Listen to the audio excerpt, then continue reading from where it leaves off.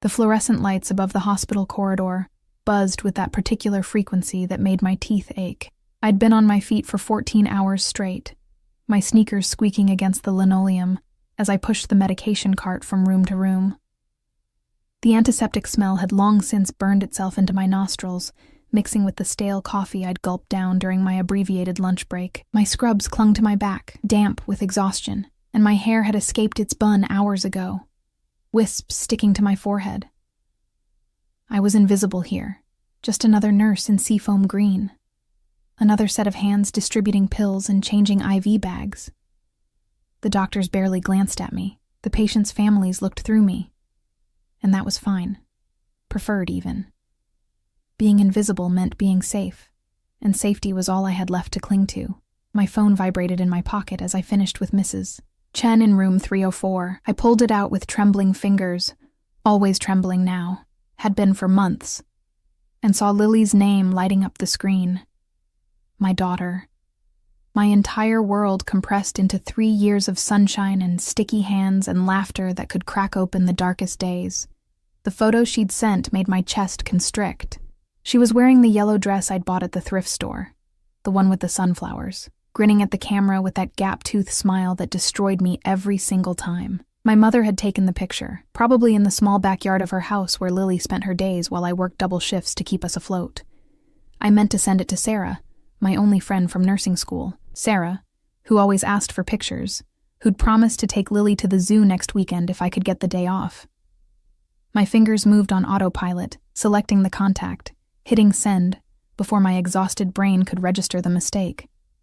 The message went through with that soft whoosh sound. I glanced at the screen. My blood turned to ice water. The contact name stared back at me, and it wasn't Sarah's. It was a number I didn't recognize, one that must have been added recently. Maybe a wrong number I'd saved accidentally, or spam that had slipped through.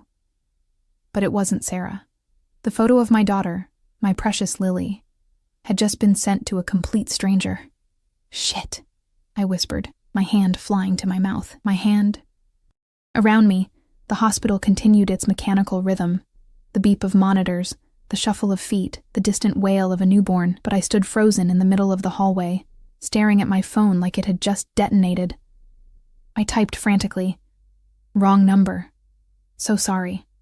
Please delete that photo. The 3 dots appeared almost immediately.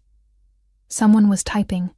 My heart hammered against my ribs, each beat painful and too fast. Who responds this quickly? Who even... The message came through, and the words on the screen made the floor tilt beneath my feet. Where are you? 2 words. Simple. Direct. But there was something in those words that reached through the screen and wrapped around my throat. Not, who is this? Or cute kid? Or any normal response a stranger might give. Just, where are you? My fingers hovered over the keyboard, shaking harder now. This was wrong. Everything about this felt wrong. The speed of the response, the question itself, the way those 2 words seemed to carry weight, authority, expectation. This was a mistake, I typed back. Please delete the photo and forget this happened. The 3 dots again. Faster this time. I asked you a question. The air in my lungs turned solid. I could hear my pulse in my ears now, a drumbeat of panic that drowned out the hospital sounds. This wasn't normal. This wasn't how strangers communicated. There was something else here, something dark sliding beneath the surface of those simple messages. I should have blocked the number, should have deleted the conversation and reported it. Should have done anything except stand there, paralyzed, watching those 3 dots pulse on the screen like a heartbeat. But I didn't. Because in that moment, staring at those words, I felt the strangest sensation. Like I'd just stepped off a cliff, and the ground was rushing up to meet me, and there was absolutely nothing I could do to stop the fall. The phone buzzed again. You have 30 seconds to answer me, or I'll find you myself. I deleted the messages with shaking hands and shoved my phone deep into my pocket, as if physical distance could somehow undo what I'd done. The medication cart sat abandoned beside me, its metal frame reflecting the harsh corridor lights. I needed to move, needed to finish my rounds, needed to pretend that my world hadn't just tilted sideways because of a stupid, careless mistake. but my legs wouldn't cooperate. "Emma?" A voice cut through my paralysis. Dr. Rivera, one of the attending physicians, stood at the nurse's station with a clipboard, his eyebrows raised. "You okay? You look pale." "Fine," I managed, forcing my feet to move, pushing the cart forward. "Just tired." He nodded, already looking back at his notes, already dismissing me. Invisible again. I made it through the rest of my shift on autopilot, my hands performing their familiar tasks while my mind spun in circles. It was probably nothing. Just some creep who got lucky with a random message. He couldn't possibly find me. I hadn't given him anything. No name, no location, no information beyond a single photo of a little girl in a sunflower dress. But those words kept echoing. "I'll find you myself." By the time I clocked out at midnight, my whole body ached. The employee parking lot was poorly lit, shadows pooling between the few scattered cars. My ancient Honda sat in the far corner, exactly where I always parked it because the spots closer to the entrance cost extra in the monthly pass I couldn't afford. The November air bit through my thin jacket as I hurried across the asphalt, keys already in hand. My breath came out in small clouds, and somewhere in the distance, a siren wailed. The city never truly slept, but this industrial area near the hospital grew quiet enough at night to let you hear your own footsteps, your own breathing, your own fear. I was 10 feet from my car when I saw him. He stood beside a black SUV, not the massive, aggressive kind that screamed compensation, but something sleek and expensive, its surface so polished it looked wet under the parking lot lights. At first, I couldn't make out his features, just his silhouette. Tall, broad-shouldered, wearing what looked like a dark suit that probably cost more than my monthly rent. But it was his stillness that stopped me. He wasn't checking his phone, or looking around impatiently, or doing any of the normal things people do while waiting. He was simply standing there, watching. And even from this distance, even in the inadequate light, I could feel the weight of his gaze like a physical thing. My survival instincts screamed at me to turn around, to go back inside, to find security. But my car was right there, and I was exhausted. And probably I was just being paranoid. Probably he was waiting for someone else. Probably he hadn't even noticed me. I kept walking, keeping my eyes down, fumbling with my keys. "Excuse me." His voice cut through the night air, smooth and low, with an accent I couldn't quite place. Something European, maybe Italian, wrapped around perfectly articulated English. I should have kept walking, should have ignored him. I stopped. "Yes?" My voice came out smaller than I intended, and I hated myself for it. He moved then, stepping away from the SUV, and the parking lot light finally caught his face. My breath tangled in my throat. He was young, maybe 30 at most, with dark hair styled with casual precision, sharp cheekbones, and eyes so dark they looked black in the shadows. But it wasn't his beauty that made my pulse stutter. It was the way he carried himself, the way the air around him seemed to thicken with unspoken authority, the way everything about him whispered danger wrapped in expensive tailoring. "I think you sent me something tonight." He pulled out a phone, not a cheap Android like mine, but something sleek and sophisticated, and turned the screen toward me. Lily's face smiled up at me from his display. The world contracted to a single point of horrible understanding. "How did you—" I couldn't finish the sentence, couldn't breathe properly. "How did I find you?" He slipped the phone back into his pocket, and I noticed the way his suit jacket moved, the perfect cut that probably hid more than just an expensive watch. "You sent me a photograph. I made a phone call. You work at St. Catherine's Hospital, night shift, usually park in the back corner to save money." He took another step closer, and I could smell him now. Something clean and dark, bergamot maybe, mixed with something else, something that made my hindbrain scream predator. "Your name is Emma Hartwell. You're 26 years old. You have a 3-year-old daughter named Lily. You live with your mother in a rental house on Maple Street because you can't afford your own place on a nurse's salary." Each word was a hammer blow, each detail a violation. "You also," he continued, his voice dropping lower, softer, somehow more terrifying in its gentleness, "look exhausted, underpaid, and like you're one bad day away from breaking."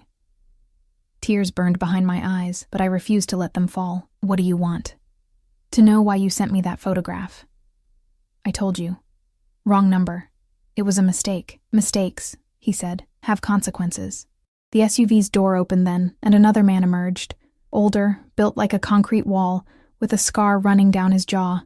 He didn't say anything, just positioned himself nearby, hands clasped in front of him. A bodyguard, of course. "I don't have money," I whispered. "I don't have anything.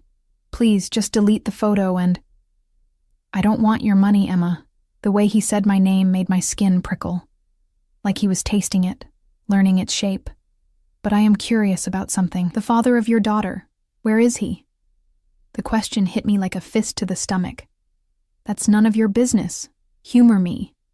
"Why would I—" "Because," he interrupted, his dark eyes holding mine with an intensity that made it impossible to look away.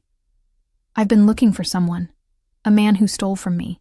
A man who disappeared 3 years ago with something very valuable." He tilted his head slightly, studying me like I was a puzzle he was solving in real time. "A man who might have had a reason to run, to hide, to start over."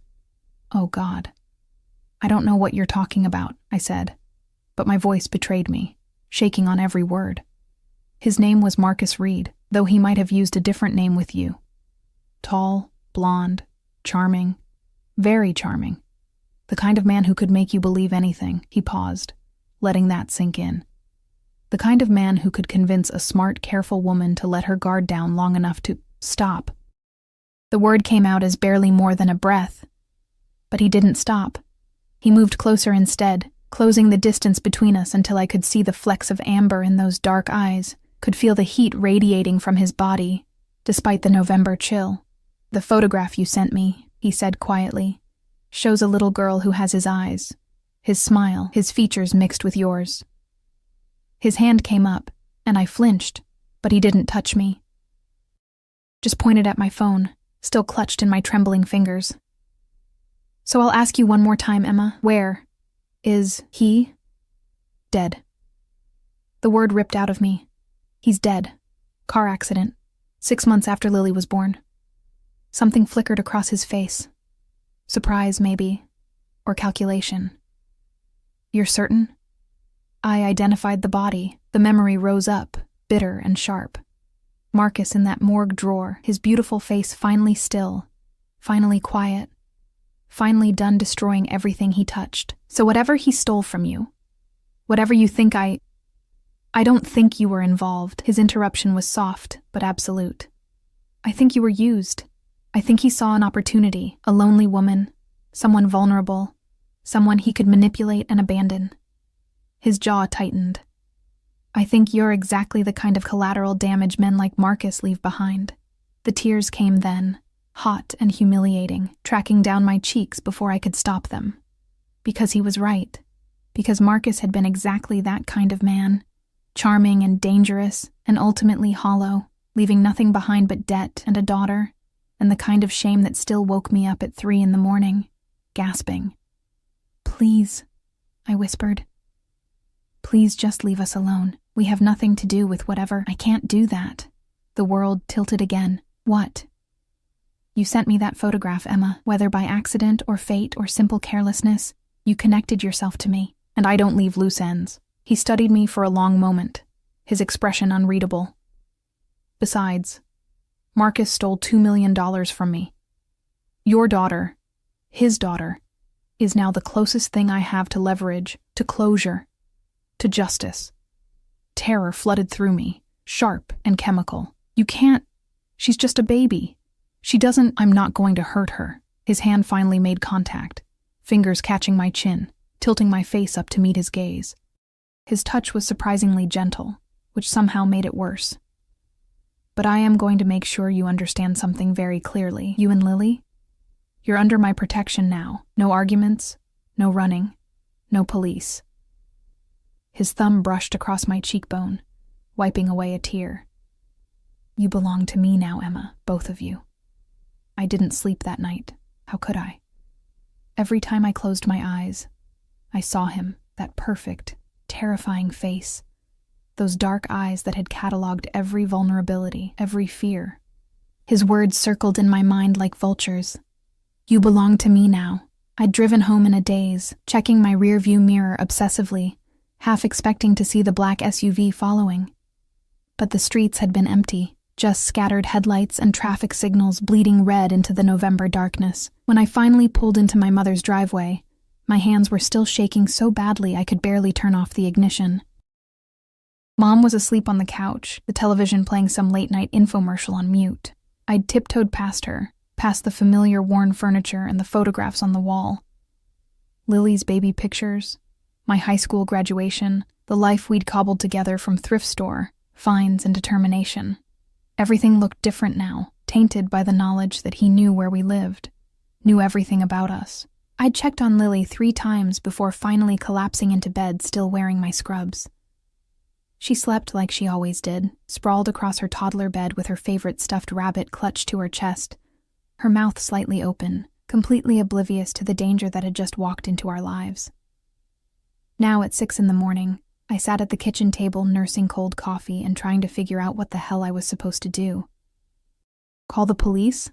And tell them what? That a stranger found me after I accidentally sent him a photo?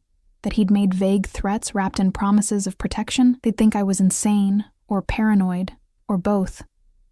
Run. With what money? With what resources? And run where? He'd found me in less than 6 hours. What made me think I could disappear? You look terrible. Mom shuffled into the kitchen, her bathrobe tied loosely over her nightgown, gray hair sticking up in every direction. At 62, she looked older than she should, worn down by years of raising me alone after Dad left, then helping me raise Lily after Marcus died. Rough shift? Something like that. I wrapped my hands around the coffee mug, seeking warmth that wouldn't come. She poured herself a cup and sat across from me, her weathered hands cradling the mug the same way mine did. We'd always been similar like that, small gestures, shared habits. Emma, what's wrong? Nothing. I'm just tired. Don't lie to me, baby. I've known you for 26 years. I can tell when something's eating at you. I opened my mouth to deflect, to reassure, to maintain the carefully constructed fiction that everything was manageable. But exhaustion stripped away my defenses, and the words came tumbling out. I made a mistake last night, a really bad mistake. What kind of mistake? Before I could answer, my phone buzzed on the table between us. Unknown number. My stomach dropped. I grabbed it, my mother's concerned gaze burning into me as I opened the message. Good morning, Emma. I trust you slept well. The casual cruelty of it made my jaw clench. I typed back quickly. Leave me alone. The response came within seconds. Check your bank account. My mother was saying something, asking questions I couldn't process. I opened my banking app with numb fingers, waited for it to load, and then stared at the screen in disbelief. The account that usually hovered dangerously close to overdraft now showed a balance of $50,000. What the hell? I whispered. Consider it a down payment, his next message read. For the inconvenience, for your cooperation, for understanding that fighting me would be significantly more expensive than accepting my generosity. Emma, you're scaring me. Mom reached across the table, her hand covering mine. What's happening? Another message. I'll be in touch. Don't do anything foolish. I set the phone down carefully, as if it might explode. I need to tell you something, and I need you to stay calm. The explanation took 20 minutes, interrupted constantly by my mother's questions, her disbelief, her rising panic. I told her everything. The accidental photo, the parking lot confrontation, his knowledge of Marcus, his claim that Lily was somehow connected to stolen money. What I didn't tell her was the way his touch had felt against my skin, the way his voice had wrapped around my name, the strange, shameful flutter in my stomach when he'd said I belonged to him. We need to call the police, Mom said immediately, already reaching for her phone. No. I caught her wrist. He said no police. And Mom, he found me in 6 hours. He knows where we live, where I work, everything. Men like that don't make empty threats. Men like what? Emma, who is this person? I swallowed hard. I think he's connected to organized crime. The way he carried himself, the bodyguard, the money. He's not just some random criminal. He's someone powerful, someone dangerous. She pulled her hand back, her face going pale. Oh my God. Oh my God. This is because of Marcus, isn't it? That bastard is still ruining our lives, even from the grave. I know. What does he want from you? I don't know exactly. He said we're under his protection now, that we belong to him. The words tasted wrong in my mouth. Too intimate, too possessive. I think he sees us as some kind of asset, or liability, or... Lily's voice cut through the tension, high and bright from down the hallway. Mommy, I'm awake. We both froze, looking at each other across the table. In that moment, the full weight of the situation crystallized. This wasn't just about me anymore. Whatever happened next, whatever this man wanted, Lily was caught in the middle of it. We protect her, Mom said fiercely. Whatever it takes. I know. Even if that means... She gestured at my phone. Even if that means cooperating with him? I don't think we have a choice. 3 days passed in agonizing limbo. I went to work, came home, took care of Lily, and waited for the other shoe to drop. The money sat in my bank account like a ticking bomb. I didn't touch it, didn't transfer it, didn't spend a single dollar of it. He didn't contact me again. Somehow, that was worse than the messages. The silence felt like a held breath, like the pause before thunder. I caught myself checking my phone compulsively, jumping at every notification, searching the hospital parking lot for black SUVs. On the 4th day, Dr. Rivera pulled me aside during my shift. Emma, can I talk to you for a minute? My heart rate spiked. Of course. He led me into an empty conference room, his expression concerned. Are you okay? You've seemed distracted lately, distant. I'm fine. Just some personal stuff.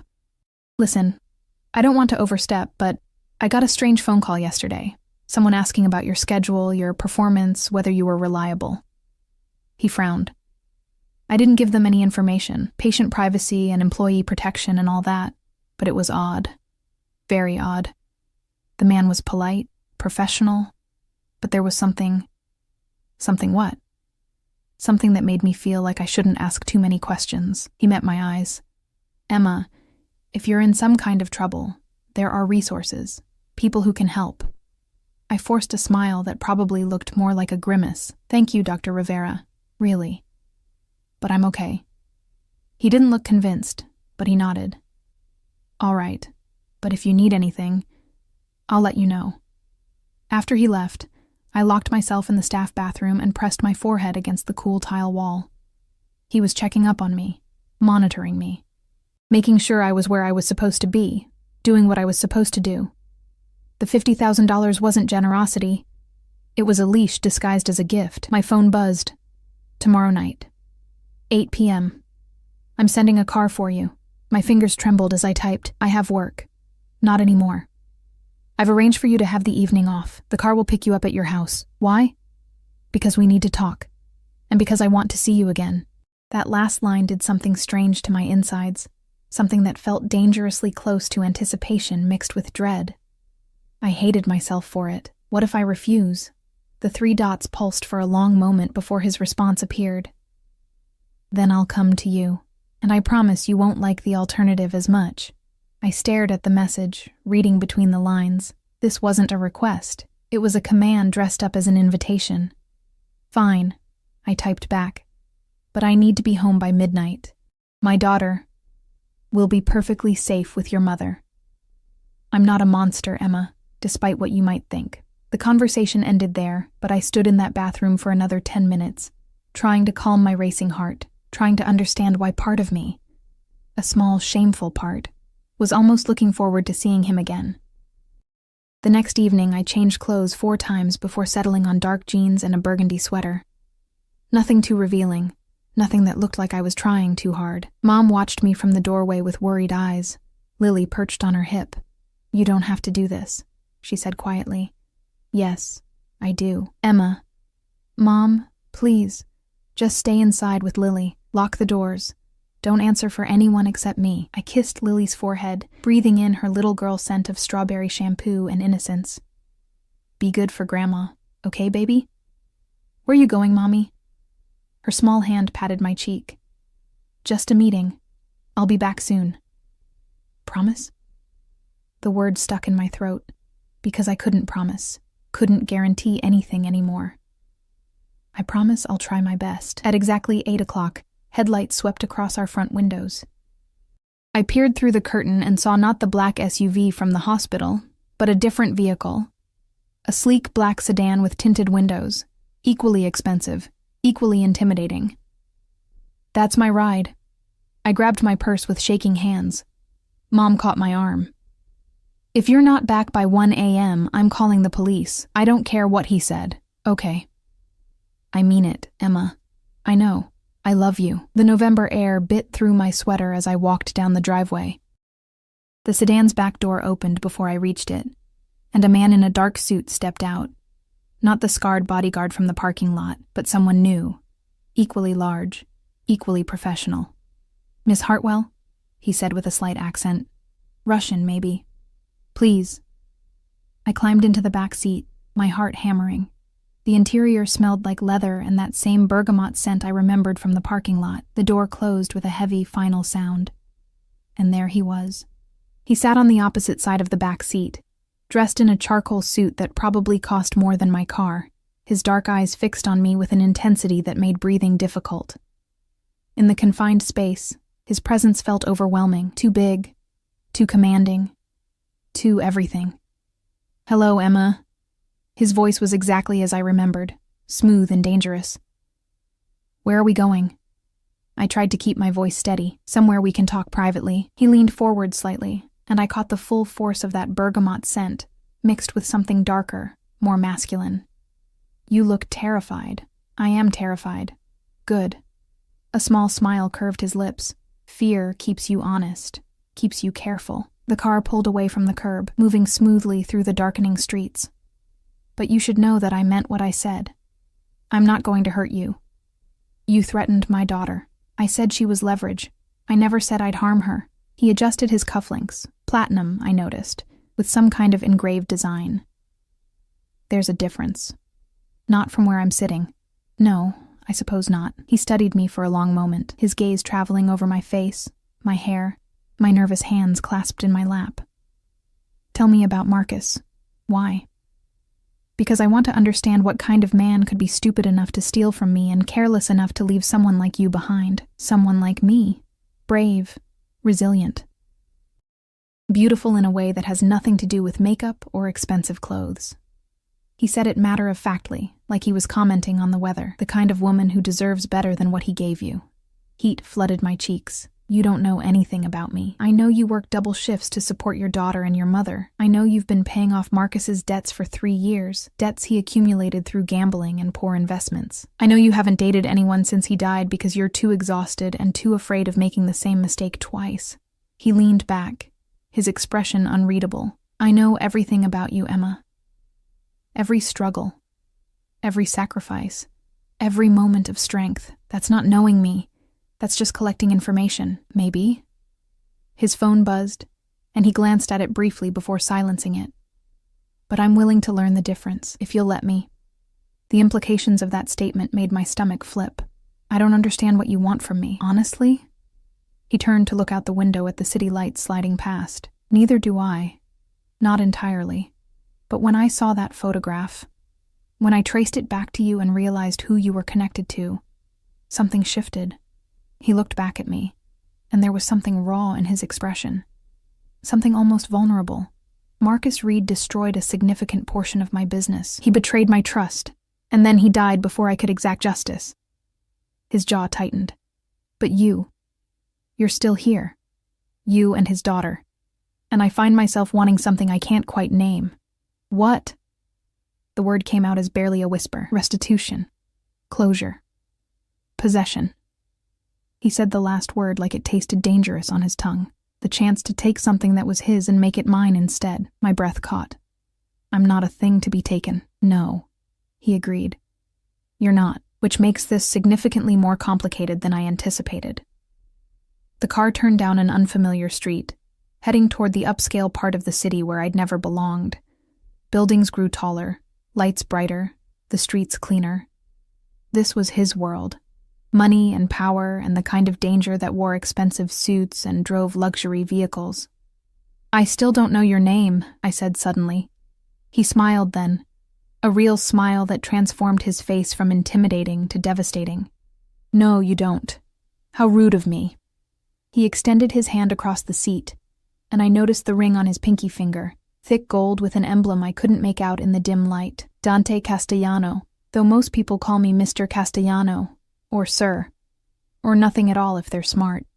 I took his hand, feeling the strength in his grip, the warmth of his skin. Emma Hartwell. Though you already knew that, Emma. He said my name like he was learning a new language, testing its shape. It suits you. Simple, classic, beautiful. He didn't let go of my hand. The car pulled up to a building that looked like it had been carved from glass and steel, all clean lines and understated wealth. A doorman in a pristine uniform opened the sedan door before I could reach for the handle myself, nodding deferentially at Dante as we emerged into the cold night air. This way. Dante's hand found the small of my back, guiding me through the marble lobby. His touch burned through the fabric of my sweater, proprietary and possessive in a way that should have repulsed me, but instead sent heat pooling low in my stomach. The elevator was all mirrors and ambient lighting, playing soft classical music that felt surreal after the silence of the car ride. I caught my reflection. Pale face, wide eyes, hair falling around my shoulders because I'd left it down instead of pulling it back like I usually did. I looked young, fragile, completely out of place next to Dante's dark elegance, penthouse. He said to no one, and the elevator began its smooth ascent without him pressing a button. Biometric recognition, probably. The kind of security that cost more than I made in a year. You live here? My voice sounded too loud in the enclosed space. One of several properties. This one is convenient for business. His reflection watched mine in the mirrored walls, and private enough for conversations I'd prefer to keep confidential. The elevator opened directly into an apartment that stole my breath. Floor-to-ceiling windows overlooked the city, the lights spreading out like a galaxy of possibilities I'd never touch. The furniture was modern and minimal, sharp edges and neutral colors, but expensive in that way that whispered rather than shouted. Abstract art hung on the walls, pieces I recognized vaguely from hospital waiting room magazines, the kind that sold for hundreds of thousands at auction. Wine? Dante moved to a bar that looked like it belonged in a 5-star restaurant, pulling out a bottle I couldn't read the label of. I don't drink. He paused, glancing back at me. Smart. Especially given the circumstances. He returned the bottle and poured himself 2 fingers of amber liquid instead. Whiskey, probably. Something aged and obscenely priced. Water, then. Please. He handed me a glass of sparkling water and crystal, so fine I was afraid to grip it too hard. Our fingers brushed during the exchange, and I saw his eyes darken slightly at the contact. Sit, he said, gesturing to the leather sofa that faced the windows. We have much to discuss. I perched on the edge of the cushion, unable to relax, while he settled into the chair across from me with predatory grace. The city lights behind him turned him into a silhouette, all sharp edges and shadows. Marcus worked for me, he began without preamble. 4 years ago, I brought him into my organization because he was charming, clever, and had a talent for making people trust him, useful qualities in my line of work. He sipped his whiskey, the ice clinking softly. What I didn't realize was that he was also greedy, reckless, and fundamentally disloyal. What kind of organization? I already knew the answer, but I needed to hear him say it. The kind that operates in the spaces between legal and illegal. The kind that requires absolute trust and absolute loyalty. His gaze held mine. The kind most people call the Mafia, though I prefer to think of it as a family business with traditional values. The confirmation settled over me like a weight. And Marcus stole from this family business. $2 million to be precise. Money that belonged to people far more dangerous than me. People I'd vouched for him to. Dante's jaw tightened, the first crack in his composed exterior. He disappeared before I could recover the funds, before I could explain to my associates why their investment had vanished, before I could salvage my reputation. So you've been looking for him for 3 years. And then he died in that car accident, taking the location of the money with him. He leaned forward, elbows on his knees, the whiskey glass dangling from his fingers. Do you know what it's like, Emma? To have someone betray you so completely that it damages everything you've built? Everything you are? I thought of Marcus's lies, his charm that had blinded me to reality, the way he'd disappeared for days at a time, always with excuses I'd wanted to believe, the debts he'd left behind that I was still drowning in. Yes, I whispered. I know exactly what that's like. Something shifted in his expression. Recognition, maybe. Understanding. Then you comprehend why I can't simply let this go. Why seeing his daughter's face on my phone felt like the universe offering me a second chance at closure. Lily is innocent. She never knew him. She has nothing to do with... I know. He set down his glass and stood, moving to the windows. The city lights painted him in shades of gold and shadow, which is why I'm not interested in punishing her, or even you, despite your connection to him. He turned back, and the intensity in his eyes made my pulse stutter. But I am interested in ensuring that Marcus's debts, financial and otherwise, are properly settled. I've been paying them off, every month. It takes almost everything I earn, but I'm doing it. Those are the legitimate debts. The ones he accumulated through legal channels. Dante walked back toward me, each step measured and deliberate. I'm talking about the debt he owes me. The debt that can't be repaid with money because the money is gone, and my reputation was damaged. He stopped directly in front of me, close enough that I had to tilt my head back to maintain eye contact, close enough that his scent surrounded me, making it hard to think clearly. So, how do I pay it? My voice came out breathier than I intended. You let me into your life. You accept my protection, my resources, my interest. His hand came up, fingers trailing along my jaw with a gentleness that contradicted everything I knew about him. You give me what he took away, trust, loyalty, something real instead of the lies he sold. That's not how debts work. In my world, debts work however I decide they work. His thumb brushed across my lower lip, and I hated how my breath hitched at the contact.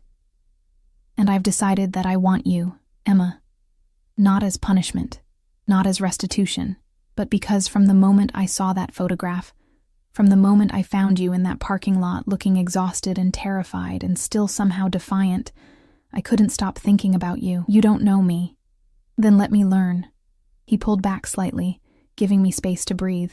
I'm not asking for your love. I'm not even asking for your willing participation, though I'd prefer it. I'm simply stating facts. You and Lily are under my protection now. I've already made arrangements, paid off all of Marcus's remaining debts, established a trust fund for Lily's education, ensured your mother's house will never be at risk of foreclosure. The words hit me like physical blows. Why would you do that? Because I can. Because it serves my purposes. Because... He hesitated, and for the first time, I saw uncertainty flicker across his features. Because the alternative is unacceptable to me. What alternative? Watching you struggle, watching you work yourself to exhaustion, watching Lily grow up without the opportunities she deserves because her father was a selfish bastard who cared more about money than his own family. His voice had gone rough, almost angry. I may be many things, Emma, but I'm not the kind of man who punishes children for their parents' sins. I stood abruptly, needing distance, needing to think. I walked to the windows, pressing my palm against the cold glass. The city sprawled below, millions of people living their normal lives, unaware that somewhere in this tower, a Mafia boss was claiming ownership of a broken nurse and her daughter. This is insane, I said to my reflection. Probably. He appeared beside me, his reflection merging with mine in the glass. But insanity seems to be my specialty lately. I can't just belong to you. That's not how life works, isn't it? His hand came to rest on the glass beside mine, not touching, but close enough to feel the heat. You already belong to the hospital, to your mother's needs, to Lily's future, to Marcus's debts. All I'm doing is redistributing that ownership to someone who will actually take care of you in return. That's not the same thing. No, he agreed quietly. It's better, because I don't take without giving back. Because I protect what's mine with everything I have. Because unlike Marcus, I don't make promises I can't keep. I turned to face him and found him closer than I'd realized. Close enough to see the faint scar above his left eyebrow, the almost imperceptible shadow of stubble along his jaw, the way his pupils dilated slightly when I met his gaze. What if I say no?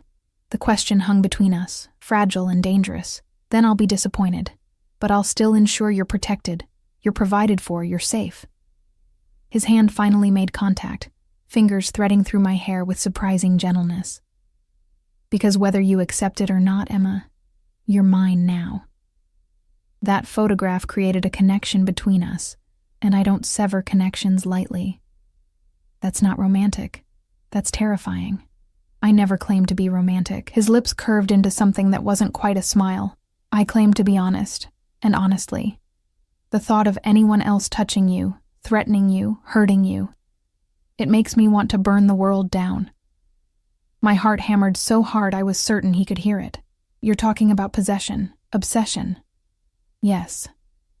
The single word, delivered with absolute certainty, should have sent me running, should have triggered every survival instinct I possessed. Instead, something dark and shameful unfurled in my chest. A recognition of the security his obsession offered. The twisted appeal of being wanted so completely by someone so powerful. I need to think, I managed. Of course. He stepped back, the loss of his proximity leaving me oddly cold. Take all the time you need, but know that my protection starts immediately regardless of your decision. I've already assigned security to your house. Discreet, invisible, but present. No one will hurt you or Lily. No one will even breathe wrong in your direction. That's still controlling. It's survival. Marcus made enemies, Emma. Enemies who might eventually discover that he left behind a family. Enemies who wouldn't hesitate to use you to send a message. His expression hardened. I'm ensuring that message never needs to be sent. A chill ran down my spine. You think someone might come after us? I think it's better to be prepared than to regret inaction. He walked back to the bar, refilling his whiskey. Which is why, starting tomorrow, you'll notice some changes. A new car. Nothing flashy, but safe and reliable. Security at the hospital during your shifts. Regular check-ins from my people. I didn't agree to any of this. You didn't have to. The moment Marcus betrayed me, the moment he created Lily, the moment you sent me that photograph. The wheels were already in motion. He raised his glass in a mock toast. Welcome to my world, Emma. I promise it's more comfortable than the one you've been surviving in. I wanted to argue. Wanted to rage against the arrogance, the presumption, the complete disregard for my autonomy, but exhaustion crashed over me like a wave. Exhaustion from years of struggling, years of barely keeping my head above water, years of being invisible and powerless. Can I go home now? My voice sounded small, defeated. Of course. He pulled out his phone, typing something quickly. The car is waiting downstairs, but Emma? He looked up, catching my gaze. This isn't over. This is barely beginning. The ride home was silent. I sat in the back of the sedan, staring out at the passing streets, trying to process everything that had happened. The driver, the same Russian man from earlier, said nothing, just drove with professional efficiency. When we pulled up to my house, every light was blazing. Mom had obviously been pacing, worrying, probably calling my phone every 5 minutes. It was barely 10:30, well before my promised 1 a.m. deadline. But it felt like I'd been gone for days. Thank you, I said quietly to the driver. He nodded once. Mr. Castellano says to tell you that someone will be watching tonight. You're safe. The words should have been comforting. Instead, they felt like a cage door closing.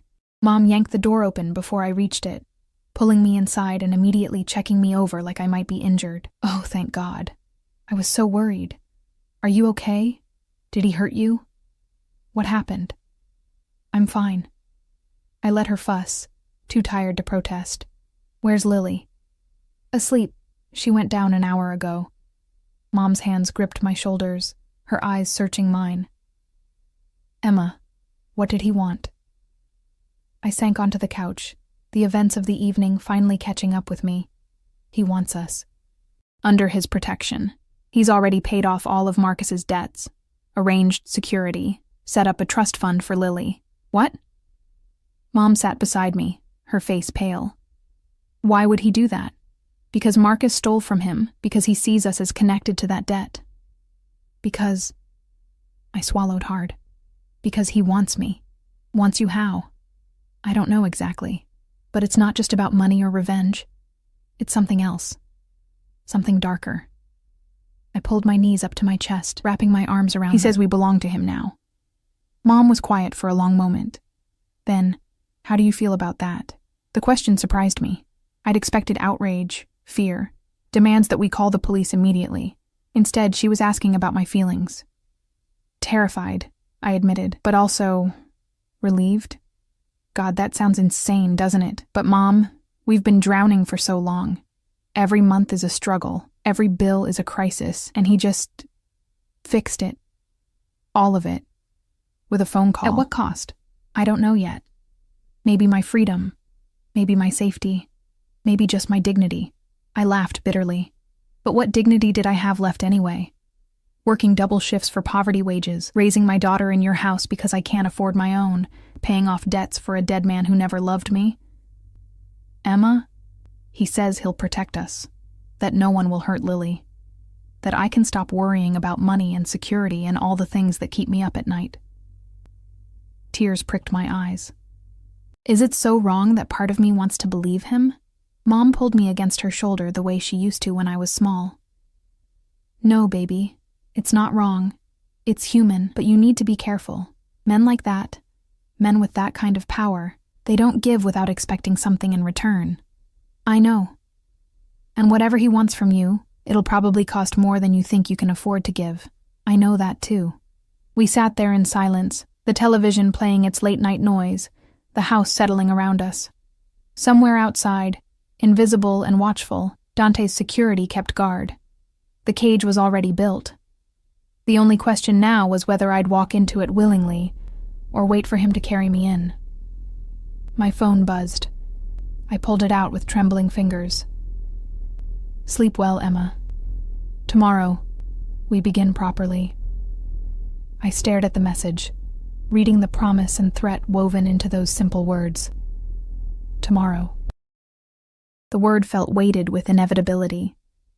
I typed back before I could stop myself. What happens tomorrow?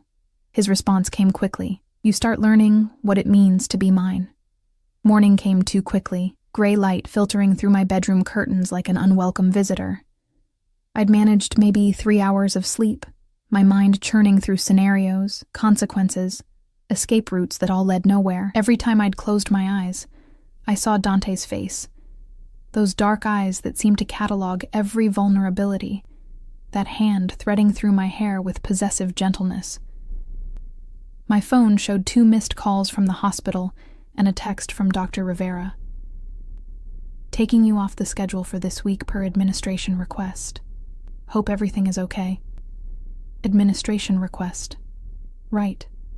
More like Dante pulling strings I couldn't see, rearranging my life to suit whatever plans he had. Anger flickered in my chest. Hot and futile, another message. This one from an unknown number. Car arrives at 9 a.m. Dress comfortably. We have appointments. I glanced at the clock. 7:30. 90 minutes to shower, dress, and pretend I had any control over what was happening. Lily's laughter drifted from the kitchen, mixing with Mom's patient voice as they made breakfast together. The normalcy of it felt surreal against the backdrop of everything that had changed. I wanted to grab them both, pack whatever we could carry and run. But Dante's words echoed. I'll find you myself, and I believed him. The shower water scalded my skin, but I welcomed the pain. Something real. Something I could control. When I finally emerged, wrapped in a towel with my hair dripping down my back, I found clothes laid out on my bed that definitely weren't mine. Dark jeans that looked expensive, a cream cashmere sweater softer than anything I'd ever owned, leather boots that probably cost more than my monthly grocery budget. A note card sat on top, heavy cardstock with elegant handwriting. You deserve to wear things that weren't bought at discount stores. My hands shook as I picked up the sweater. Part of me wanted to throw it all in the trash, to put on my worn Target jeans and stained hoodie as an act of defiance. But another part, the part that had been invisible and exhausted for so long, wanted to know what it felt like to wear something beautiful. I compromised by keeping my own underwear, my own bra. Small rebellions in a war I was already losing. The clothes fit perfectly, which shouldn't have surprised me but did. He'd known my size without asking, probably from the same invasive research that had given him every other detail of my life. The boots hugged my calves, the jeans actually flattered instead of just covering. When I looked in the bathroom mirror, I barely recognized the woman staring back. Polished, put together, like someone who belonged in Dante's world of marble lobbies and penthouse views. Wow. Mom stood in the doorway, Lily on her hip. You look different, I finished. Beautiful, she corrected. But Emma, those clothes. I know. I kissed Lily's cheek, breathing in her familiar scent. I know what it means. Do you? Mom's eyes were worried, because it looks like he's already changing you. He's changing my circumstances, not me. Those are the same thing, baby. Maybe they were. Maybe Dante understood that better than I did, that controlling someone's circumstances was just another form of control, subtler, but no less absolute. At exactly 9 a.m., a knock sounded at the door. Not the aggressive pounding of someone demanding entry, just 3 measured taps that somehow conveyed more authority than shouting ever could. I opened it to find a woman standing on the porch. She was maybe 40, with sharp features and immaculate styling, dark hair pulled back in a severe bun, designer suit, heels that added 3 inches to her already impressive height. Everything about her screamed professional efficiency. Emma Hartwell? Her accent was crisp, Eastern European. I'm Katya. Mr. Castellano sent me to escort you today. I thought there'd be a car. There is. She gestured to the street where a sleek black Mercedes waited, identical to yesterday's sedan but somehow more intimidating in daylight. I'll be accompanying you to your appointments. What appointments? Mr. Castellano will explain. Katya's expression remained neutral, but I caught the steel underneath. This wasn't a woman who answered questions she wasn't authorized to answer. We should go. He doesn't appreciate lateness. I looked back at Mom, who held Lily tighter. I'll call you, I promised. Every hour if I can. You better. Katya waited patiently while I grabbed my purse, my old, worn purse that clashed horribly with the expensive clothes. Another small rebellion. As we walked to the car, I noticed a second vehicle parked across the street, windows tinted, engine running. Security, always watching. How long have you worked for him? I asked, as we settled into the Mercedes leather interior. 7 years. Katya's tone didn't invite further conversation, but I pushed anyway. And what exactly do you do, whatever Mr. Castellano requires? She glanced at me, her expression softening slightly. Today, that means ensuring you're comfortable and safe. Am I a prisoner? No. The answer came without hesitation. Prisoners don't wear cashmere. Fair point. The drive took us deeper into the city's wealthy district, past boutiques and galleries I'd only seen in magazines. We pulled up to a building with a discreet gold plaque, Bellissima Day Spa, by appointment only. Why are we here? Panic fluttered in my chest. I don't need... Mr. Castellano believes you deserve an afternoon of care. Katya's phone buzzed and she glanced at it. He's inside waiting. Of course he was. The spa's interior was all white marble and soft lighting, the air perfumed with lavender and something else, something expensive I couldn't name. Dante stood near the reception desk in dark slacks and a black shirt, no tie, the top button undone. He looked younger this way, more approachable, though no less dangerous. His eyes traveled over me, cataloging the clothes he'd sent. The way they fit. Perfect, he murmured. I knew that color would suit you. What is this? I gestured around us. What are we doing here? You're getting pampered. Massage, facial, hair treatment, whatever you want. He moved closer, and I caught that bergamot scent again. When's the last time someone took care of you, Emma? The question hit harder than it should have. I couldn't remember. Before Marcus, maybe. Before Lily. Before my entire life became about survival instead of living. I don't need this, I said. But my voice lacked conviction. Perhaps not. But you deserve it. His hand found my lower back again, that possessive touch that made my spine tingle. Humor me. Let someone care for you for a few hours. A woman in a pristine white uniform appeared, smiling warmly. Ms. Hartwell, we're ready for you. I looked at Dante, searching for the angle, the trap hidden in this apparent kindness. But his expression was unreadable, giving nothing away. Go, he said softly. I'll be here when you're done. 3 hours later, I emerged from a cocoon of luxury, feeling like a different person. They'd massaged tension from muscles I hadn't realized were knotted, applied treatments that made my skin impossibly soft, styled my hair into glossy waves that actually looked intentional instead of chaotic. My nails, always ragged from hospital work, were now manicured and painted a subtle nude that somehow made my hands look elegant. Dante stood exactly where I'd left him, phone to his ear, speaking rapid Italian. When he saw me, he ended the call mid-sentence. Beautiful, he said simply, and the heat in his gaze made my stomach flip. This doesn't change anything, I said, trying to maintain some distance, some resistance. Doesn't it? He offered his arm like we were on some perverse date. You look more relaxed, less like you're carrying the world on your shoulders, because you've temporarily taken the weight. But it's still there, isn't it? You're just holding it hostage until I give you what you want. Something flickered in his expression. Respect, maybe. At least you understand the game. Is that what this is? A game? Everything is a game, Emma. The question is whether you're playing to win or just trying not to lose. He guided me back to the Mercedes, Katya already waiting with the door open. Next stop. Where? You'll see. The drive took us to a high-rise downtown, all glass and steel and modern architecture. The building's lobby was filled with people in expensive suits carrying briefcases and tablets, moving with the purposeful efficiency of those who dealt in millions daily. This is, I started, my primary office building. Dante led me to a private elevator that required his handprint to activate.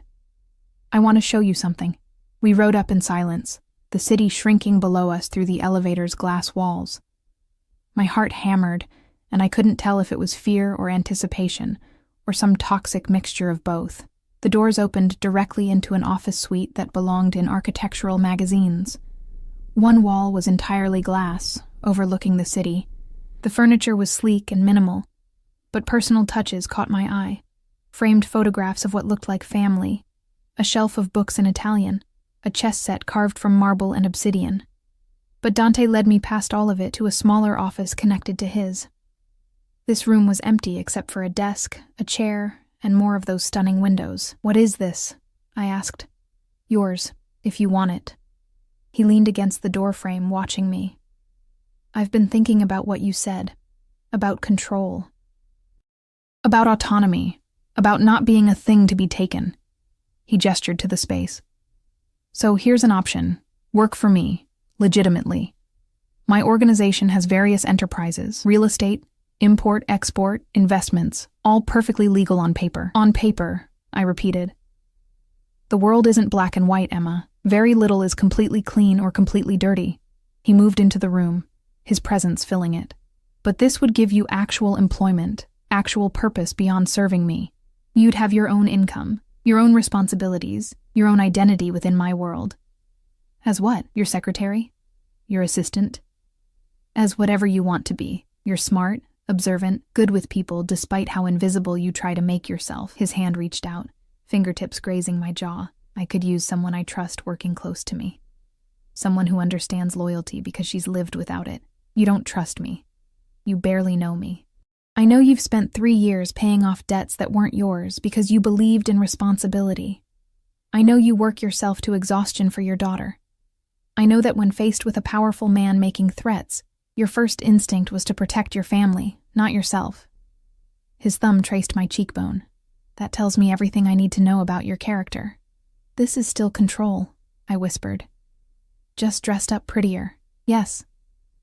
But it's control with compensation. With purpose. With the illusion of choice, if that makes it easier to swallow. He stepped closer, and I found myself backed against the desk, his body caging mine without actually touching. I'm not asking you to love me, Emma. I'm not even asking you to like me. I'm asking you to accept reality. You're in my world now, and you can either fight it every step and exhaust yourself, or you can find a way to exist here that doesn't destroy you. And if I say no, if I refuse this job, refuse everything you're offering, then I'll still protect you, still provide for Lily, still ensure your mother's security. His face was so close now, I could feel his breath against my lips. But you'll spend every day wondering what it could have been like if you'd stopped fighting and started adapting. That's manipulation. That's honesty. His hand cupped the back of my neck, fingers threading into my freshly styled hair. I want you here, Emma. In my office, in my world, eventually in my bed, but I'm patient. I can wait for you to come to terms with the inevitable. You're so certain I will. I'm certain that you're already halfway there, and you hate yourself for it. His lips brushed my temple, barely a kiss, just a whisper of contact. I see it in the way you responded to the clothes, the spa, this office. You want to be angry, but part of you is relieved. Part of you is grateful that someone finally saw you and decided you were worth investing in. Tears burned behind my eyes because he was right. God help me, he was right. Some broken part of me craved exactly what he was offering: security, attention, the twisted validation of being wanted so completely by someone so powerful. I need time, I managed. Of course. He released me, stepping back and leaving me cold. The offer stands indefinitely. Think about it. Discuss it with your mother if you want. But Emma, he turned at the doorway. Time doesn't stop the world from turning. Every day you're connected to me. Every day my protection covers you. You're already part of this. The only question is whether you're an active participant or a passive observer. Katya drove me home in silence as afternoon light faded into dusk. I stared out the window, watching normal people live normal lives. Grocery shopping, walking dogs, picking up children from daycare. The mundane beauty of it made my chest ache. When we pulled up to Mom's house, I saw the new car in the driveway. A Honda CR-V, dark blue. Practical but new enough to still have that showroom shine. The keys were on the kitchen counter with another note. Safe, reliable, and actually starts in winter. D-Mom stood at the stove stirring pasta sauce, Lily at the table coloring with fierce concentration. The domestic scene should have been comforting, but it felt like a stage set, beautiful and false and temporary. How was it? Mom asked carefully. Confusing. I sank into a chair beside Lily, watching her attack the coloring page with a purple crayon. He took me to a spa, showed me an office he's offering me, made promises wrapped in threats wrapped in promises. What kind of office? Working for him. In his legitimate businesses, I laughed without humor, though I'm not sure anything about him is actually legitimate. Would you take it? I don't know. Maybe. Probably. I rubbed my face, feeling the expensive facial cream the spa had applied. Is it wrong that I'm considering it? That part of me wants to say yes to all of it? Mom set down her spoon, wiping her hands on a dish towel before sitting across from me. 3 years ago, you asked me the same kind of question about Marcus. Is it wrong that I want to believe him? And I told you to trust your instincts. My instincts were wrong about Marcus. No, they weren't. You knew he was trouble. You sensed the danger. But you were lonely and tired, and you wanted to believe in the fairy tale. She reached across the table, covering my hand with hers. This man, Dante, he's different from Marcus. He's not pretending to be good. He's showing you exactly who he is and what he wants. That's either more dangerous or more honest. Maybe both. So what do? You survive, baby. Like you always have. You make the choices that keep you and Lily safe, and you don't apologize for doing what you have to do. She squeezed my hand. But you also remember that accepting his help doesn't mean accepting everything else. You can take what you need without giving him your soul. I'm not sure he'll allow that distinction.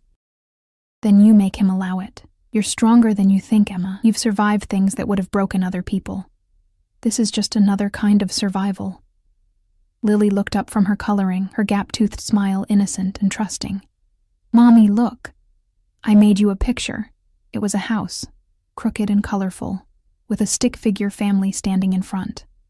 Mom, Lily and me, no father figure, no ominous presence lurking at the edges. Just us, together, safe in Lily's uncomplicated world. It's beautiful, baby. I pulled her into my lap, holding her tight, breathing in her strawberry shampoo scent. You're so talented. My phone buzzed. Another message from Dante. Dinner tomorrow night. Just you and me. I'll send details in the morning, not a question. Not a request. Just another statement of inevitability. I typed back, "What if I have plans?" His response came quickly, "Then cancel them. We have things to discuss." Like what? Like the terms of your employment. Like the boundaries you think you can maintain. Like how long you plan to pretend you don't feel the pull between us. My breath caught.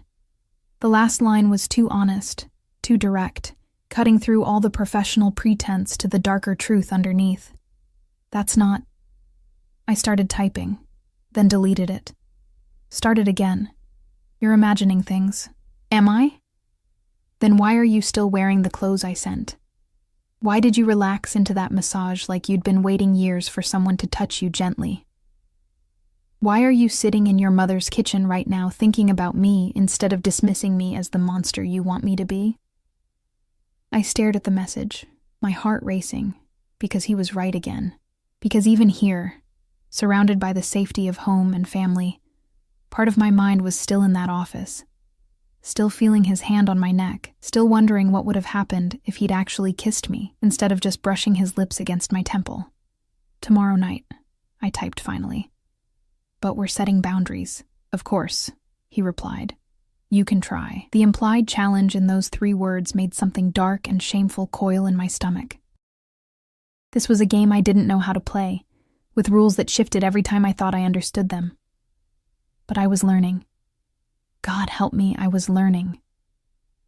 Lily wiggled in my lap, and I held her tighter, anchoring myself to what mattered. Whatever happened with Dante, whatever compromises I made or boundaries I crossed, I had to protect this, the simple joy of my daughter's laughter, the safety of my mother's kitchen, the life I'd built from scraps and stubbornness, even if that life now belonged to a man whose darkness called to something equally dark inside me. The restaurant Dante chose was the kind of place I'd only seen in movies, intimate and exclusive, with tables spaced far enough apart to ensure privacy and lighting dim enough to feel romantic without being oppressive. A single hostess stood at the entrance, and she smiled when she saw me, as if she'd been expecting my arrival. "Ms. Hartwell, welcome. Mr. Castellano is waiting." Of course he was. She led me through the restaurant, past couples murmuring over wine and elaborate dishes, to a corner booth that overlooked the city through floor-to-ceiling windows. Dante stood as I approached, and the sight of him stole my breath all over again. He wore a navy suit tonight, perfectly tailored, with a white shirt open at the collar. Simple. Devastating. Emma. He took my hand, bringing it to his lips in a gesture that should have felt outdated, but instead felt intimate. "You look stunning." I'd agonized over what to wear, finally settling on a simple black dress I'd found at a consignment shop years ago, one of the few nice things I owned that Marcus hadn't ruined with his memory. But standing here in front of Dante, I felt the gap between our worlds more acutely than ever. "Thank you for coming," he said as we sat. Did I have a choice? Always. His eyes held mine across the table. "Though I'm gratified you chose to be here." A waiter appeared with wine, red, expensive, poured without asking if I wanted it. Dante must have noticed my expression because he said, "Just for me, I ordered sparkling water for you." The consideration surprised me. Small details like that, remembering I didn't drink, ensuring I was comfortable, they complicated the narrative I was trying to maintain about him being simply a monster. "We need to talk about boundaries," I said once the waiter had left. "Boundaries." He swirled his wine, watching the liquid catch the light. "What kind of boundaries did you have in mind?" "If I take this job, and I'm not saying I will, it needs to be professional, employee and employer, nothing more." "Nothing more," he repeated, amusement flickering in his eyes. "And what about the fact that I've already claimed you? That I've told you explicitly you belong to me? That's not how reality works, isn't it?" He leaned forward, elbows on the table. "Emma, let me be very clear about something. I don't make claims lightly. When I say you're mine, I mean it in every sense. Professionally, personally, eventually physically if you'll allow it. But I'm not a barbarian. I won't force myself on you. Just control every other aspect of my life. Only the aspects you're clearly struggling to manage yourself. His tone was matter of fact, not cruel. You were drowning, Emma.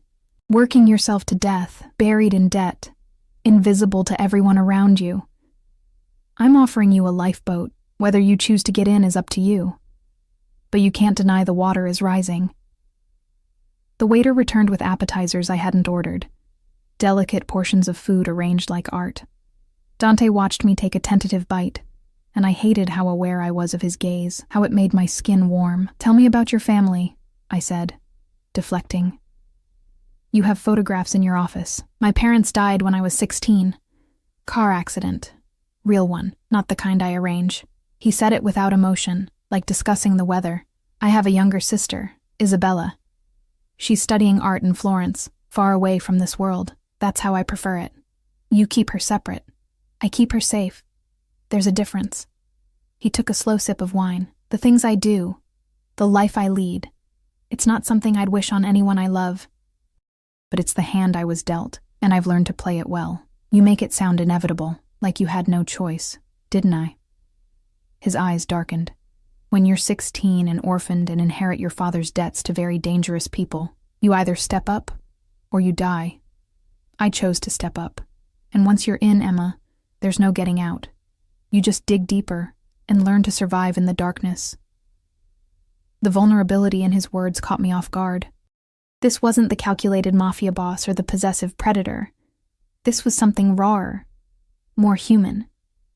Is that what you see in me? I asked quietly. Someone else who's learned to survive in darkness? I see someone who understands that survival requires compromises. Someone who's already made impossible choices and lived with the consequences. He reached across the table, his hand covering mine. Someone who might understand that taking what I'm offering isn't weakness. It's strategy. It feels like surrender. Maybe surrender isn't always defeat. His thumb traced circles on my palm, the touch sending electricity up my arm. Maybe sometimes it's choosing the battle you can actually win. The main course arrived, perfectly cooked steak and vegetables I couldn't name, and we ate in silence for a while. But the tension between us was palpable, thick enough to choke on. I called the hospital today, I said finally. They told me I've been put on indefinite leave, paid at double my usual salary. You're welcome. That wasn't a thank you. That was an accusation. I know. He set down his fork, giving me his full attention. But Emma, you were killing yourself there. 14-hour shifts, terrible pay, no respect. You deserve better. And you get to decide what I deserve? Someone has to. You clearly won't advocate for yourself. He leaned back, studying me. When's the last time you asked for a raise, demanded better hours, stood up for what you needed instead of just accepting whatever scraps they threw you? The accuracy of his words stung. That's not fair. It's completely fair. You've been invisible for so long you've forgotten how to be seen. I'm simply correcting that oversight by controlling my employment, by giving you options you didn't have before. He signaled for the waiter, who appeared instantly with dessert menus. You can go back to the hospital if you want. I won't stop you. But the job in my office stands. Better pay, better hours, work that actually challenges you instead of grinding you down. The choice is yours. But if I don't choose what you want, there will be consequences. Not consequences. Disappointment. His eyes held mine, and the knowledge that you're settling for less than you could have, because pride won't let you accept help from a man who terrifies you. The dessert menu sat untouched between us as I processed his words. He was right. God, I hated how often he was right. The hospital had never valued me, had never seen me as anything more than another overworked nurse filling shifts nobody else wanted. Going back there would be familiar, safe, slowly suffocating. What would I actually do? I asked. In your office? His expression shifted, triumph carefully controlled. Initially, administrative work. Coordinating schedules, managing communications, ensuring operations run smoothly. But I think you're capable of more. Given time, training, you could move into actual management, oversee projects, make decisions. Legal decisions? As legal as anything I do. He smiled slightly. I'm not asking you to launder money or dispose of bodies, Emma. I'm asking you to help run businesses that exist in gray areas, but don't cross into blatant criminality. Gray areas that could still get me arrested. Theoretically. But I protect my own, and my lawyers are excellent. He reached for my hand again, and this time I didn't pull away. I won't lie to you. There's risk. But there's risk in everything, in crossing the street, in trusting the wrong person, in playing it safe and dying slowly of exhaustion and obscurity. His fingers laced with mine, and I stared at our joined hands, his larger, stronger, scarred across the knuckles from violence I didn't want to imagine, mine smaller, softer, trembling slightly, despite my efforts to appear calm. I need guarantees, I said. About Lily. About my mother. If I do this, if I work for you, they stay completely separate. No involvement, no danger. Already done. I've assigned permanent security to your mother's house. Discreet surveillance, nothing invasive. Lily will have a driver for when she starts school. Your mother's medical care is now fully covered, including the medications she's been rationing because Medicare doesn't pay enough. My head snapped up. How did you... I told you. I know everything about you. His grip on my hand tightened. Her arthritis medication. The heart pills she's supposed to take twice daily but stretches to make them last. The dentist appointments she's been postponing because of cost. All of it handled. Because taking care of you means taking care of the people you love. Tears burned my eyes. That's not fair. Life isn't fair, Emma, but I can make yours easier. Let me. The waiter brought dessert without us ordering. Tiramisu and creme brulee, presented like edible art. I couldn't eat, couldn't think past the realization that he'd already woven himself so deeply into my life that extracting him would tear everything apart.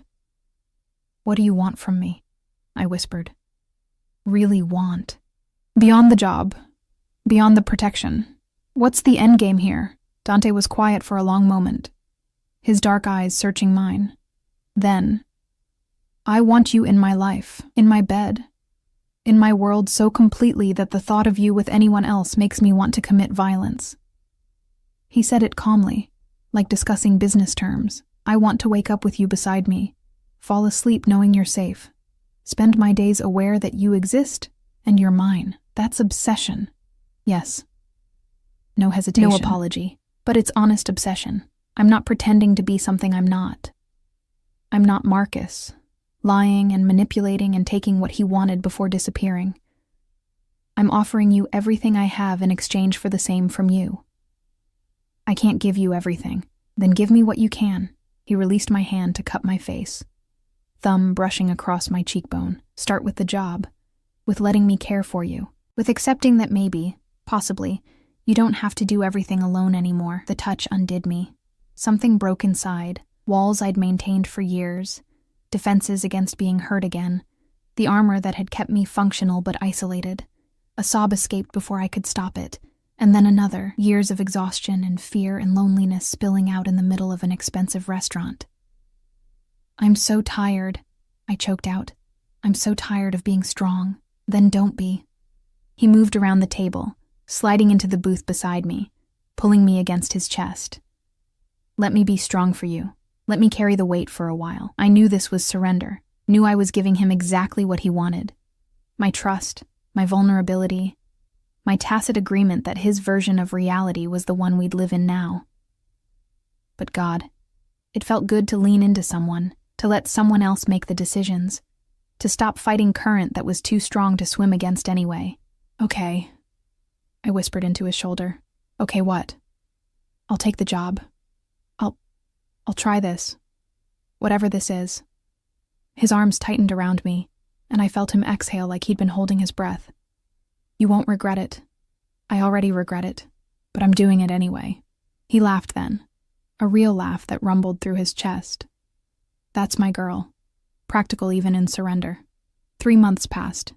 3 months of learning to exist in Dante's world, of morning meetings in the office I'd claimed as my own, of learning the intricacies of his businesses.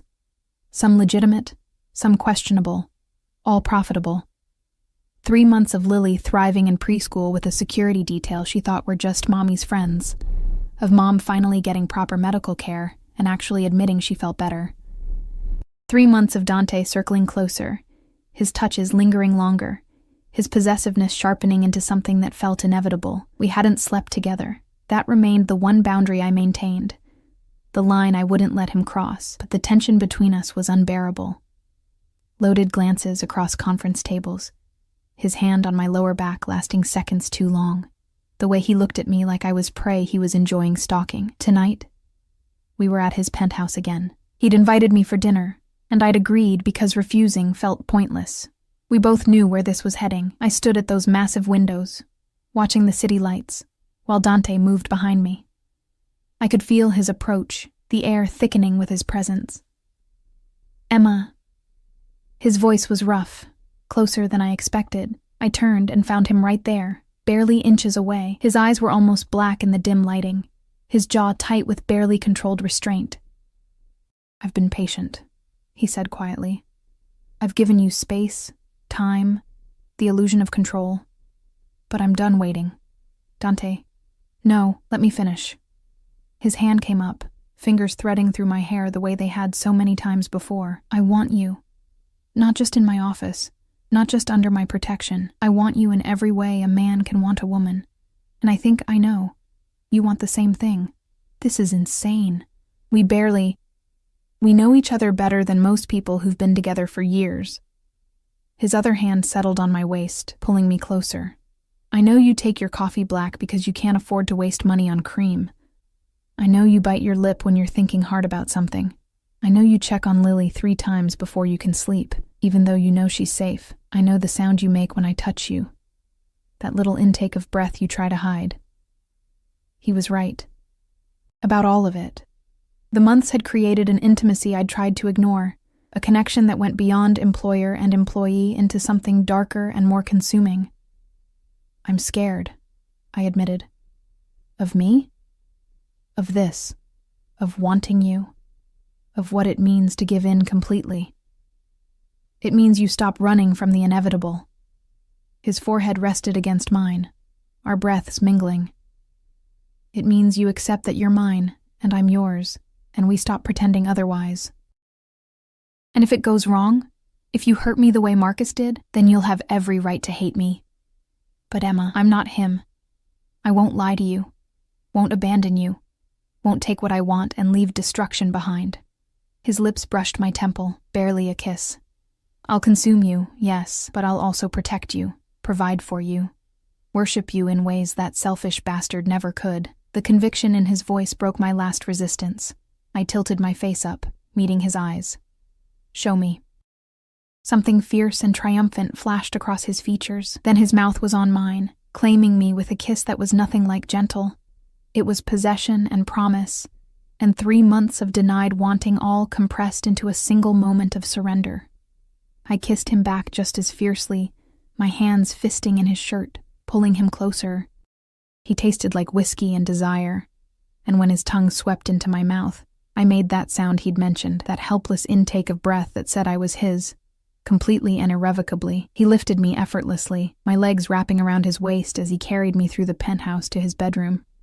The space was as minimalist and elegant as the rest of the apartment, dominated by a massive bed with black silk sheets. "Last chance," he said, setting me down beside it. "Tell me no, and I'll take you home. No consequences, no anger. Just patience while you take more time." I looked at him. This dangerous, obsessive man who'd invaded my life and rearranged it to suit his purposes.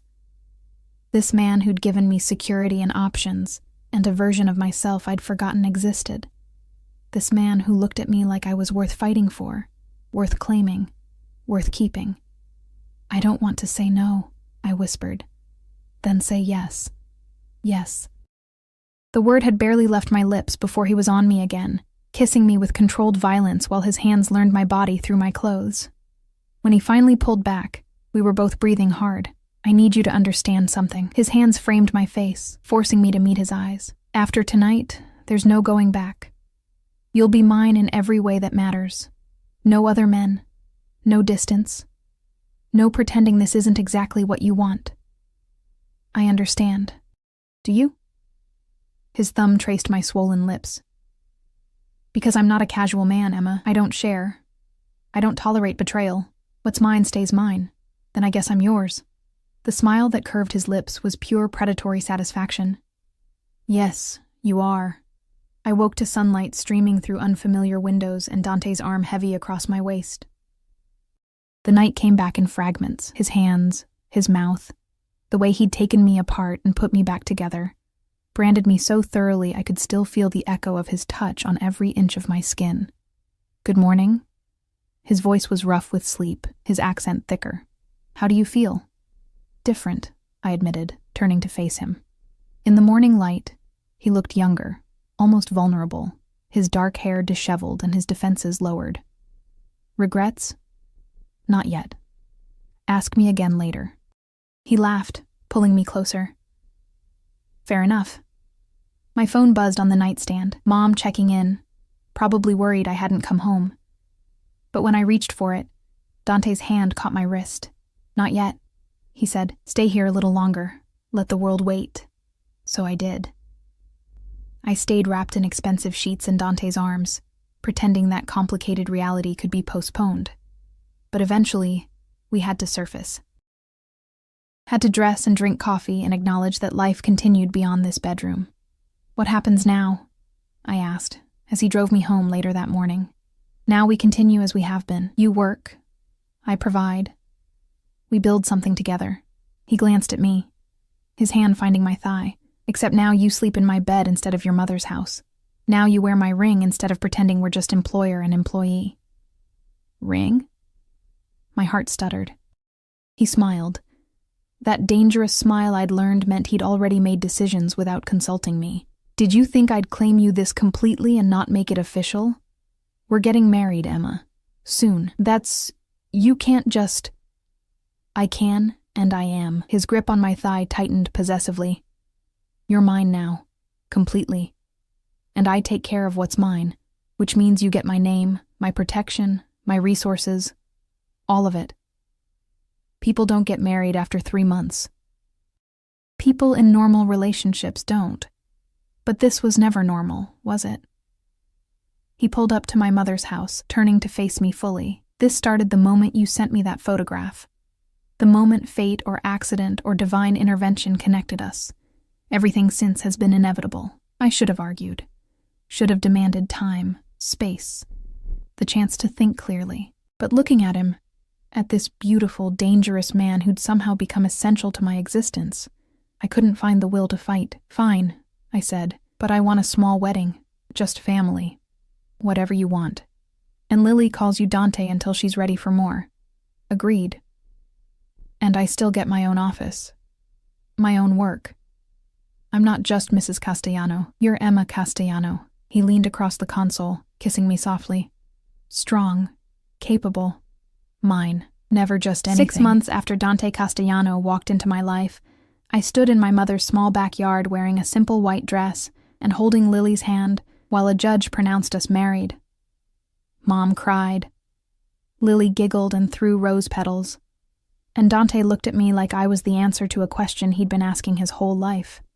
It wasn't a fairy tale. There was too much darkness in his world, too much violence lurking at the edges for that, but it was real. More real than Marcus's lies had ever been.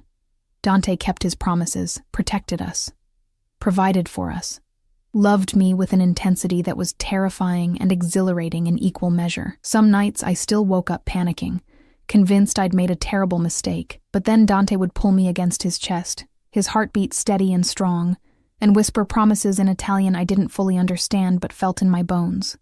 The photography mistake that had started everything sat framed on his desk now. Lily in her sunflower dress, smiling her gap-toothed smile, completely oblivious to how one accidental message had rearranged all our lives. Do you ever regret it? I asked him one night, curled up on the penthouse sofa while rain streaked the windows. Taking us on? All the complications we brought? Never. His arm tightened around me. You were the best mistake I never made. The accident that became everything. That's not romantic. It's honest. And you deserve honesty. He kissed the top of my head. Besides, you love me despite my flaws. Or maybe because of them. I do, I admitted. God help me, I do. Then that's all that matters. Lily ran into the room then, her small feet pattering on the hardwood, clutching her favorite rabbit. She'd accepted Dante with the easy grace of childhood, claiming him as hers with the same possessiveness he showed toward me. Dante! She climbed onto the sofa between us. Tell me a story. What kind of story? He asked, pulling her into his lap with surprising gentleness. About dragons and princesses, all right. Once upon a time, there was a dragon who lived in a very tall tower. I watched them together, this man who terrified grown criminals telling fairy tales to my daughter with complete seriousness, and felt something settle deep in my chest. This was real, complicated and sometimes frightening, but real. Outside, the city glittered in the rain, full of people living their separate lives. But here, in this penthouse that had become home, we'd built something unexpected. Something that had started with fear and possession and transformed into belonging. I'd surrendered to Dante Castellano, given him my trust, my body, my future, and in return, he'd given me a life I'd stopped believing existed, one where I was seen, valued, protected, where Lily could grow up safe and secure, where my mother could finally rest without worrying about money. Was it perfect? No. Dante's world would always carry shadows, would always require careful navigation and moral compromises, but it was ours. And that was enough. Mommy? Lily looked at me over Dante's shoulder. Are you happy? I met Dante's eyes across our daughter's head, saw the fierce possession and genuine care in his gaze, felt the weight of his ring on my finger. Yes, baby, I said honestly. I am. And strangely, miraculously, it was true.